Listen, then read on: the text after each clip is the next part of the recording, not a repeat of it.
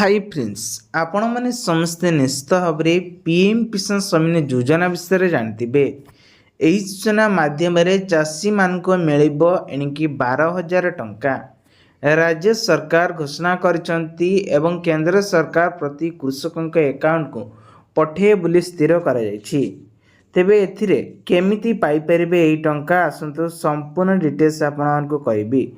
December 28 रु भूमिहीन गरीब लोकों को वार्षिक 12,000 टंका प्रदान कराଯିବ ବୋଲି सरकार सठिक प्रक्रिया घोषणा करनाहांती किंतु जो माने सब आवेदन करिसेंती जदि सेमाने प्रकृतर योग्य हितकारी थिबे ताहले आपण मानकु 12,000 टंका पाइबे। ए 12,000 टंका केमिति पाइबे ना आपण माने जानिथिबे जेमिति कि सरकार पूर्वरु 6,000 टंका लेखा जोगे दउतिले सेई 6,000 को पुणी 12,000 टंका देबे बोली कहिसंती माने प्रति मासरे 1,000 लेखा मिलिबो ते 12 मास को 12,000 टंका आपण के अकाउंट को आसीयो बोली कि कहिसंती। तेबे एहा केबेटु लागू हेबो सेति पई कोनोस प्रकार स्थिर करा जाय नहीं।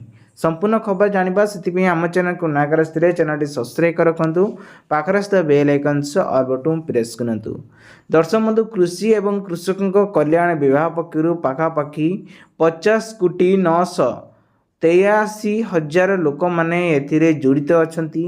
कृषक माननको उन्नतिर प्रस्तुति देथिबा सेमानकर क्विंटाल पिछा 500 बोनस देउछंती।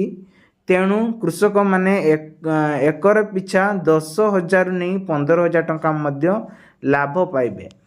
ता सहित जदि आपण पाखरे किसान क्रेडिट कार्ड रही किसान क्रेडिट कार्ड थ्रू रे आपण मानकु एबे बिना सुदरे 1,50,000 टंका नहीं कि 2 लाख टंका पर्यंत लोन मिलिबो। कौन सी आपन डॉक्यूमेंट लागबनी।